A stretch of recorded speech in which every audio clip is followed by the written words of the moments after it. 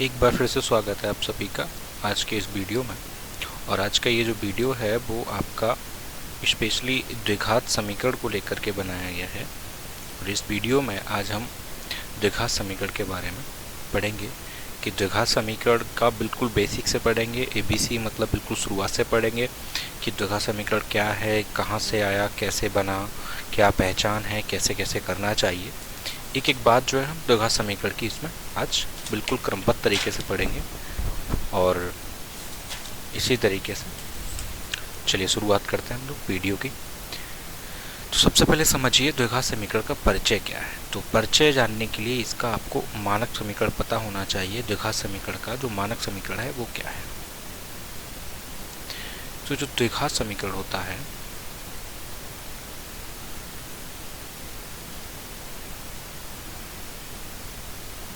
उसका जो मानक समीकरण है वो है ax² plus bx plus c बराबर 0। यानी अगर कोई समीकरण आपको इस प्रारूप में, इस ड्राफ्ट में दिख जाए तो समझ लिए वो समीकरण द्विघात समीकरण है। अब इसमें क्या पहचान है समीकरण की। होता क्या है कि जो समीकरण में जो वेरिएबल आपका दिया जाता है, वेरिएबल का मतलब है यहाँ पर अज्ञात संख्या। अज्ञात संख्या, अज्ञात संख्या का मतलब है कि जो समीकरण है वो किसी न किसी एक वेरिएबल में होगा। जैसे कि ऊपर जो मैंने एक समीकरण दिया हुआ है उसका वेरिएबल क्या है, x है। तो ये जो इसी तरीके से हमने कोई और समीकरण बना दिया, मान लो a/² plus by plus c बराबर कोई भी इसका मान होगा बराबर 0 दिखा दिया। तो यहाँ पर इस वाले समीकरण का जो वेरिएबल है वो y को माना जाएगा। अब समीकरण की पहचान क्या होती है कि जो वेरिएबल है उसकी जो सबसे बड़ी घात होगी, सबसे बड़ी घात वही निर्धारित करती है कि समीकरण किस प्रकार का होगा। जो सबसे बड़ी घात होगी वही निर्धारित करेगी कि समीकरण किस प्रकार का होगा। अगर सबसे बड़ी वाली घात, जैसे इस वाले में सबसे बड़ी घात 2 है, फिर उससे छोटी यहाँ पर 1 है, फिर यहाँ है नहीं, 0 मानी जाएगी। तो इसमें सबसे बड़ी घात 2 है, इसलिए इसको द्विघात समीकरण कहते हैं। अगर यही घात 1 होती तो उसको हम रेखीय समीकरण कहते हैं। यही घात जब 2 होती है द्विघात समीकरण कहलाता है। यही घात जब 3 होती है तो ये क्यूबिक इक्वेशन या फिर त्रिघात समीकरण कहलाता है। इसी तरीके से अब एक छोटी सी बात आपको ध्यान में रखनी पड़ेगी।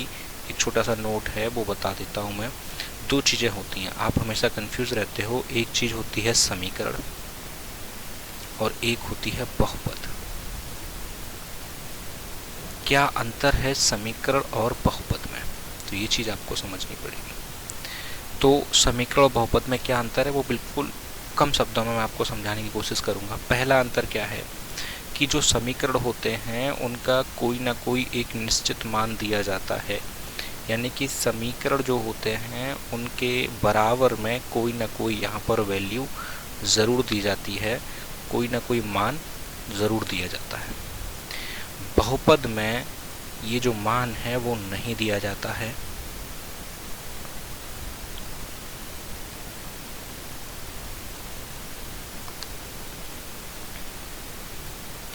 एक उदाहरण देकर समझाता हूँ मैं। जैसे मैंने मान लो 2x प्लस 3 इक्वल्स टू यहाँ पे मैंने लिख दिया, मान लो 10 लिख दिया। तो इसके बराबर में एक मान है, इसलिए ये जो है ये क्या कहलाएगा, समीकरण कहलाएगा। और मैंने सिर्फ लिख दिया 2x प्लस 3, तो ये बहुपद तो है लेकिन ये समीकरण नहीं है। इतनी सी बात है। वो वाला ये जो है क्योंकि इसके बराबर में मान है तो समीकरण है, इक्वेशन है। ये इसके बराबर में कोई मान नहीं है तो बहुपद है, यानी कि ये बहुपद है, पॉलिनोमियल है। इक्वेशन और पॉलिनोमियल,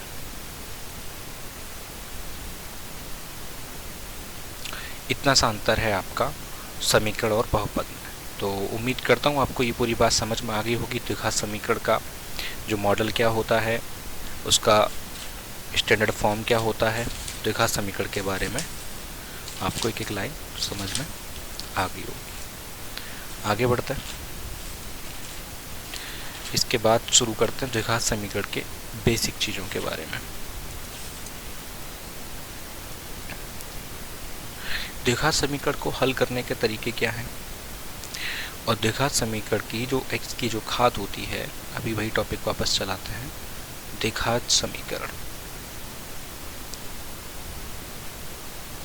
इसका स्टैंडर्ड फॉर्मूला हमने बताया था ax² plus bx plus c बराबर 0। इस वाले समीकरण में जो आपका a है, b है और c है, ये एक कांस्टेंट वैल्यू होते हैं, एक निश्चित संख्या होते हैं। जिसे उदाहरण दे करके बताता हूँ। 2x² प्लस 7x प्लस 5 बराबर 0। तो ये जो x है अननोन संख्या है, ये वाली x अननोन संख्या है, ये 2 है कांस्टेंट वैल्यू है, 7 कांस्टेंट वैल्यू है, ये 5 कांस्टेंट वैल्यू है। तो इस तरीके से जो है a b c जो होते हैं वो एक कांस्टेंट वैल्यू होते हैं, इनका निश्चित एक मान होता है। इसी तरीके से मैंने बताया कि जो भी समीकरण होता है उसकी जो सबसे बड़ी घात होती है वही निर्धारित करती है कि समीकरण किस नाम का होगा।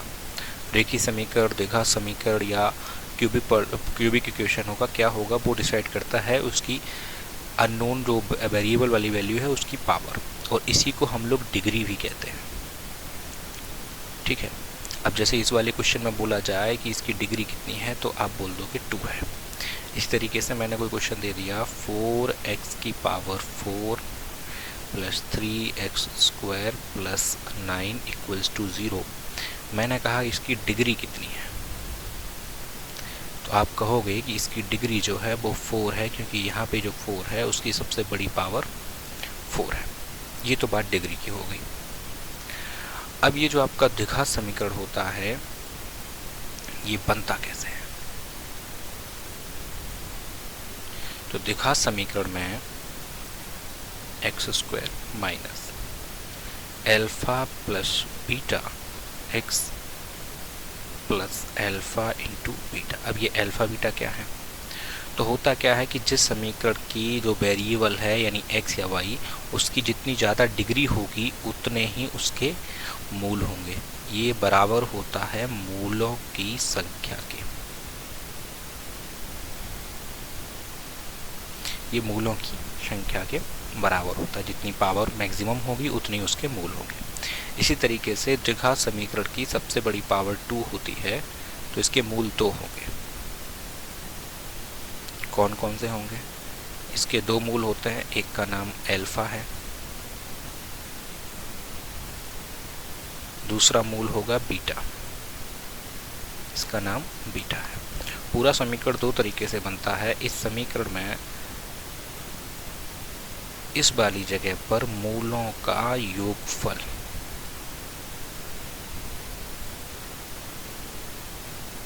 और यहाँ पर मूलों का गुणनफल आता है, और यहाँ पर मूलों का गुणनफल होता है। तो जब भी आपको कोई क्वेश्चन दिया जाए, बोला जाए कि इस वाले समीकरण ज्ञात कीजिए अगर मूलों का योगफल इतना है, एक उदाहरण देकर के मैं समझाता हूँ। कोई क्वेश्चन आ गया, उन्होंने कहा कि मूलों का जो योगफल है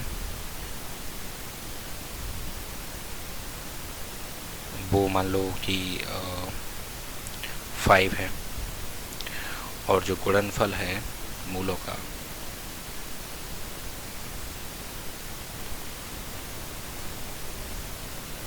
वो बता दिया कि 6 है। तो समीकरण बताइए। तो मैंने आपको यहाँ पे ट्रिक बता दी है कि मूलों का योगफल इस्तेमाल करना है, मूलों का गुणनफल इस्तेमाल करना है, और वो समीकरण आपका बन जाएगा। क्या है? x² minus 5x plus 6 equals to 0। ये जो है आपका समीकरण यहाँ पे प्राप्त हो गया। तो उम्मीद करता हूँ इतनी बात आपको समझ में आ गई होगी। इसके आगे बढ़ते हैं। अगर आप लोग चाहें तो स्क्रीनशॉट लेते जाइए साथ ही साथ, जिससे कि अब जब दोबारा से पढ़ रहे हों तो कोई दिक्कत ना आए। उम्मीद करता हूँ बड़ा आसान भाषा में सारी चीज़ें समझाने की कोशिश कर रहा हूँ, तो समझ में तो आपको आनी ही आनी है। आगे बढ़ते हैं। अब आते हैं इनके हल करने के तरीकों पर। द्विघात समीकरण को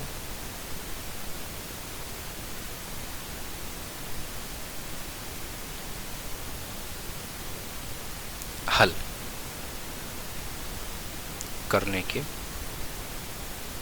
प्रकार। कितने प्रकार से द्विघात समीकरण को हल किया जा सकता है, इतनी सी बात समझता है। जिसमें पहला प्रकार होता है आपका गुणनखंड का, यानी फैक्टराइजेशन।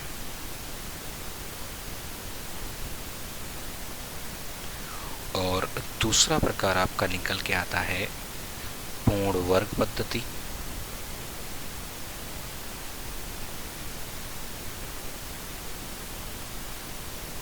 और तीसरा, इसी का पूर्ण वर्ग को हम लोग कंप्लीटिंग स्क्वायर मेथड भी बोलते हैं।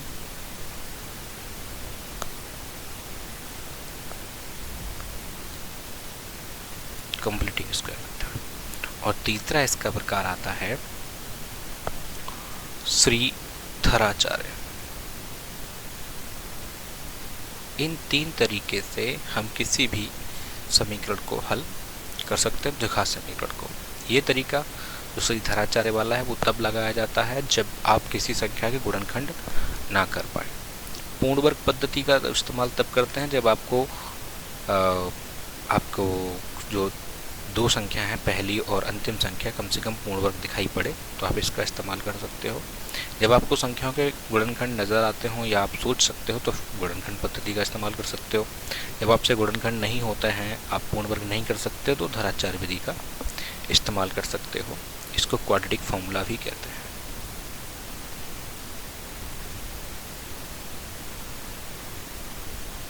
क्वाड्रेटिक फॉर्मूला क्या है? क्वाड्रेटिक फॉर्मूला समझ लीजिए।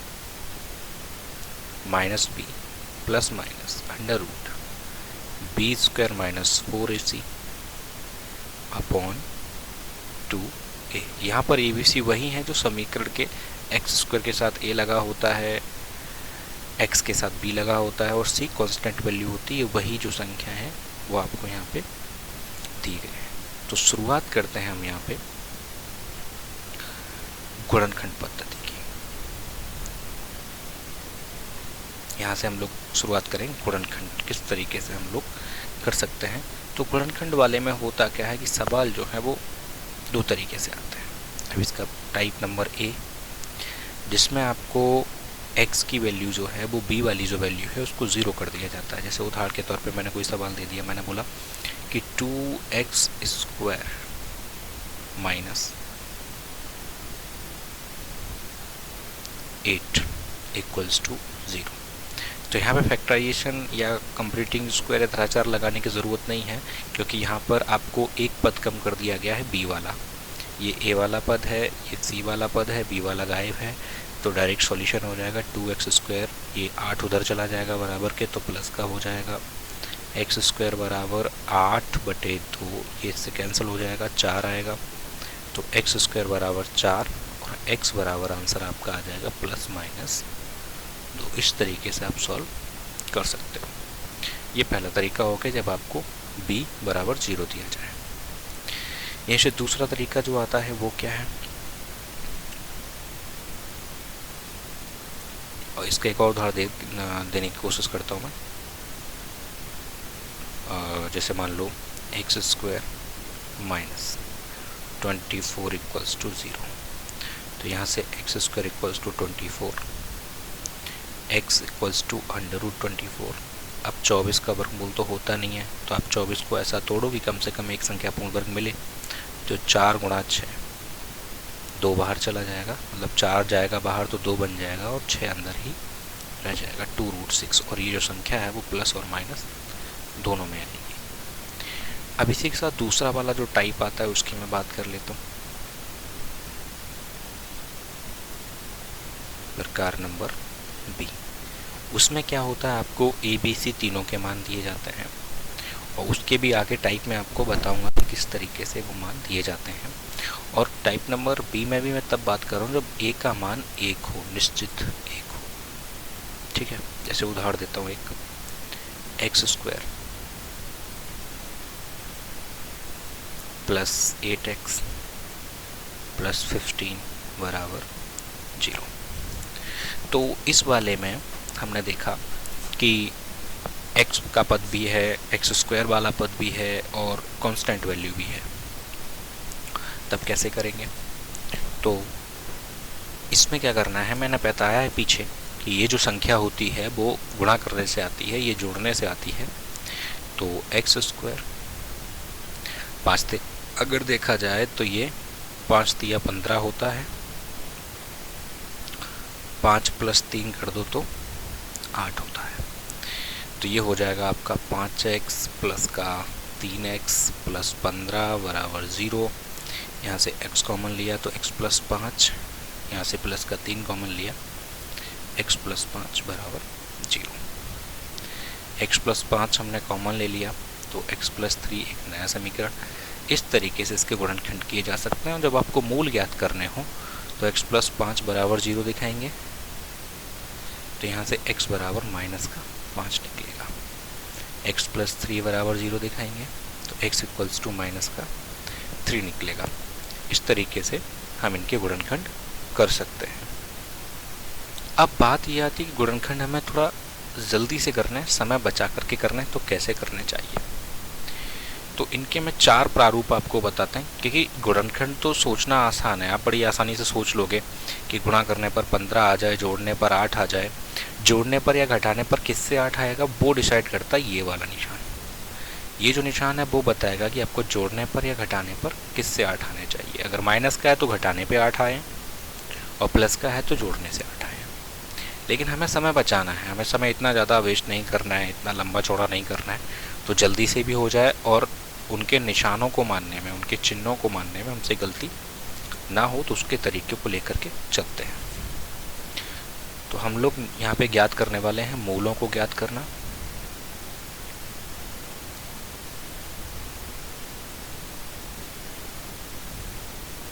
मूलों को ज्ञात करना, और हम यहाँ पे चल रहे हैं अभी गुणनखंड विधि पे। तो मैं इनके 4 प्रारूप आपको बताता हूँ एक एक करके। पहला, जिसमें आपको दोनों जगह प्लस का निशान मिलेगा, ax² + bx + c बराबर 0। दूसरा, ax² माइनस का bx प्लस का c बराबर 0। और तीसरा, ax² minus bx minus c बराबर 0। और चौथा प्रकार है ax² + bx माइनस c बराबर 0। इन 4 प्रारूप के अलावा कोई 5वां प्रारूप नहीं आ सकता, क्योंकि 2 निशान हैं, 2 निशान जब बदलेंगे तो 4 तरीके से बदल सकते हैं। तो हम कैसे डिसाइड करेंगे कब कौन सा निशान आना चाहिए? तो एक एक उदाहरण दे करके मैं समझाने की कोशिश करता हूँ। इसका जैसे मैंने एक उदाहरण ले लिया कि x²10x 21 = 0। तो आपको पहले से पता है कि गुणा करने पर 21 आएगा, जोड़ने पर 10 आएगा, तो क्या हो सकता है? सीधी सी बात है, हमने यहाँ पे 2 मूल सोच लिए, 7 × 21, 7 और 3 10। चूँकि दोनों प्लस के हैं तो याद रखना कि इसमें जो गुणनखंड है वो प्लस के निकल के आए। हमने प्लस का 7 प्लस का 3 निकाला है, तो x + 7 और x + 3 ये है गुणनखंड। क्या है? गुणनखंड। ये मूल नहीं है, मूल जस्ट अपोजिट होता है। तो जो मूल है वो निकलेगा -7 -3। यानी याद रखना है कि जब दोनों जगह प्लस हो तो यहाँ पर भी माइनस, पहला वाला मूल भी माइनस का और दूसरा वाला मूल भी माइनस का आएगा। अब आते हैं दूसरे वाले पर। ये निशानों का लेखा जोखा हो रहा है कि किस तरीके से निशान डिसाइड करने हैं। दूसरे में आते हैं, हमने यहाँ पे कोई उदाहरण ले लिया, मान लो x² माइनस का 10x + 21 = 0। तो हमें पता है कि यहाँ गुणा करने पर प्लस का निशान आ रहा है, मतलब दोनों एक जैसे होंगे, यानी माइनस का ही 7 होगा और माइनस का ही 3 होगा, तभी तो गुणा करने पर प्लस के 21 आएंगे। और दोनों को इकट्ठा कर दो यानी जोड़ दो तो माइनस के 10 भी हो जाएंगे। इसका मतलब ये दोनों माइनस के हैं। तो गुणनखंड हमेशा डायरेक्ट वाले निशानों से आते हैं जो आपने सोचे हैं। तो x - 7 एक गुणनखंड, x - 3 दूसरा गुणनखंड। अगर वहीं बात मूलों की करें तो मूल हमेशा उल्टे आते हैं, 7 प्लस का और 3 भी प्लस का। यानी आपको याद ये रखना है कि अगर यहाँ वाला निशान प्लस का है, देखो, तो दोनों मूलों का निशान एक जैसा होगा और उल्टा होगा। कैसे? ये प्लस का है तो ये दोनों देखो माइनस के हो गए, ये माइनस का है तो ये दोनों देखो प्लस के हो गए। इतनी सी बात क्लियर है। लेकिन अगले तीसरे और चौथे उदाहरण में ऐसा नहीं होने वाला। तीसरा उदाहरण क्या कहता है? तीसरा उदाहरण कहता है कि दोनों जगह माइनस होना चाहिए। तो ये वाला उदाहरण लेके एक्स स्क्वायर माइनस का 4x और माइनस का 21 बराबर 0। इसके भी गुणनखंड 7 और 3 ही हैं, क्योंकि 7 21 होता है, 7 में से 3 जाएगा तो 4 बचेगा। लेकिन यहाँ माइनस का 4 बच रहा है, ये माइनस का है, तो माइनस का 4 तभी बचेगा जब बड़ा वाला माइनस का होगा और छोटा वाला प्लस का होगा। यानी गुणनखंड आसान हो गए। गुणनखंड बन जाएंगे x - 7 और x + 3। वहीं अगर मूल की बात करें तो मूल बन जाएंगे प्लस का 7 माइनस का 3। क्लियर है? ठीक है, आगे बढ़ते हैं। यानी इसमें ये माइनस का था, माइनस का, इसमें दोनों प्लस के थे, इसमें एक आपका प्लस और एक माइनस का रहेगा। अब यहाँ आते हैं, x square minus plus 4x minus 21 बराबर 0। इसके भी गुणनखंड 7 और 3 ही हैं, लेकिन डिसाइड करेगा कि कौन सा बड़ा वाला प्लस का होगा, तभी तो बच के यहाँ प्लस रहेगा। तो ये प्लस का और ये माइनस का।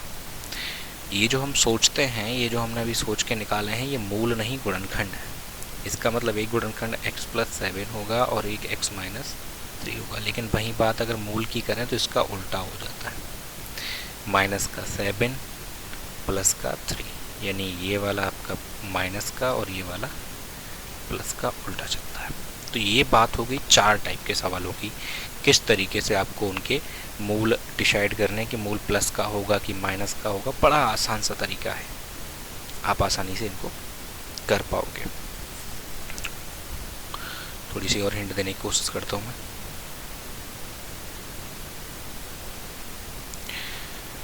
अगर मान लो कि अल्फ़ा वाला मूल बड़ा है और बीटा वाला छोटा है, तो इसमें मूल हमेशा माइनस के आते हैं। तो माइनस का अल्फ़ा माइनस का बीटा। कैसे याद रखना है कि जब जब प्लस के निशान होंगे दूसरे वाले नंबर पे, तो मूल समान, जो मूल हैं उनके निशान समान होंगे, मूलों के जो चिन्ह हैं वो समान होंगे। समान होने का मतलब है यहाँ तो दोनों प्लस के होंगे मूलों के निशान, या दोनों माइनस के होंगे। देखो यहाँ पर आपका प्लस था तो दोनों का निशान मूलों का माइनस का रहा। यहाँ पर प्लस था, दोनों का निशान यहाँ पे प्लस का रहा। मतलब निशान समान होंगे जब पीछे प्लस होगा, पीछे माइनस होगा, निशान असमान होंगे। आप छोटी सी बात डिसाइड कर लो, असमान होंगे यानी एक प्लस का होगा एक माइनस का होगा।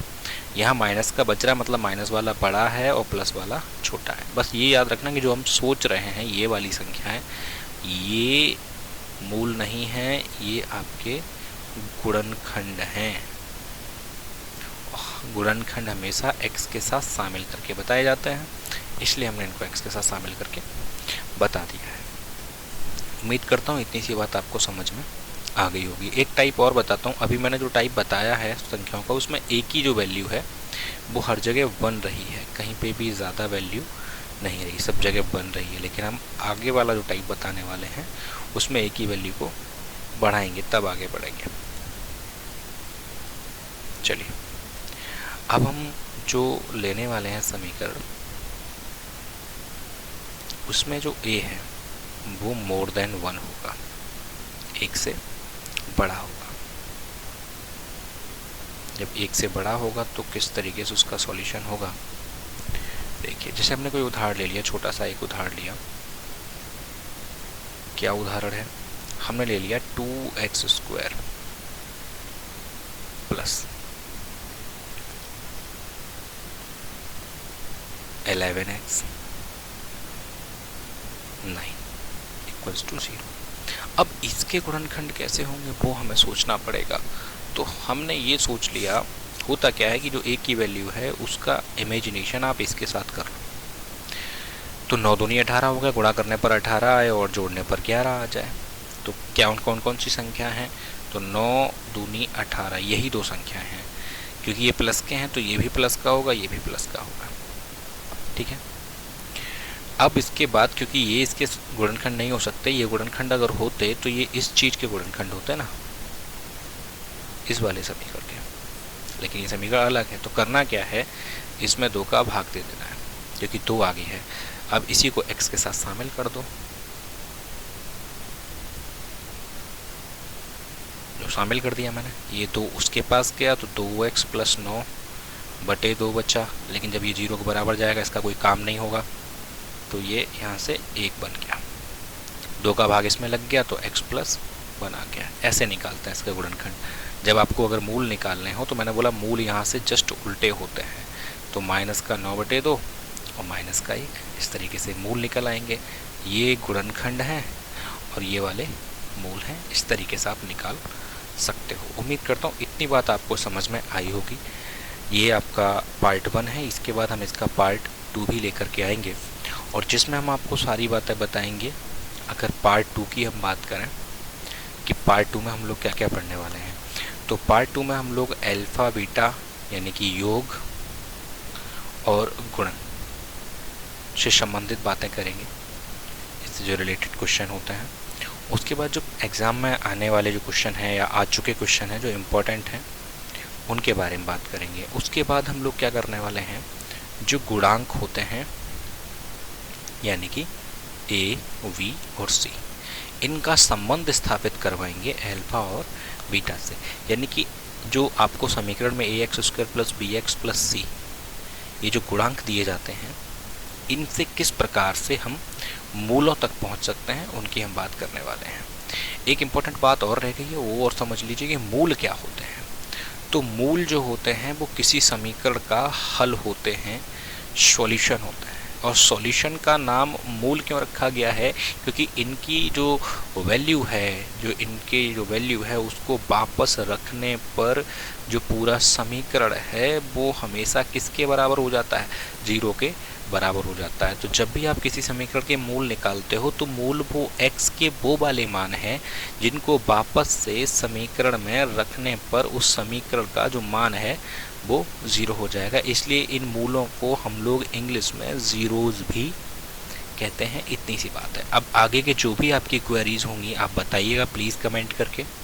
मैं पूरी कोशिश करूँगा कि इस वाले पार्ट को और ज़्यादा अच्छे से, अगले वाले पार्ट को अच्छे से बनाया जाए और अच्छे से चीज़ों को एक्सप्लेन किया जाए।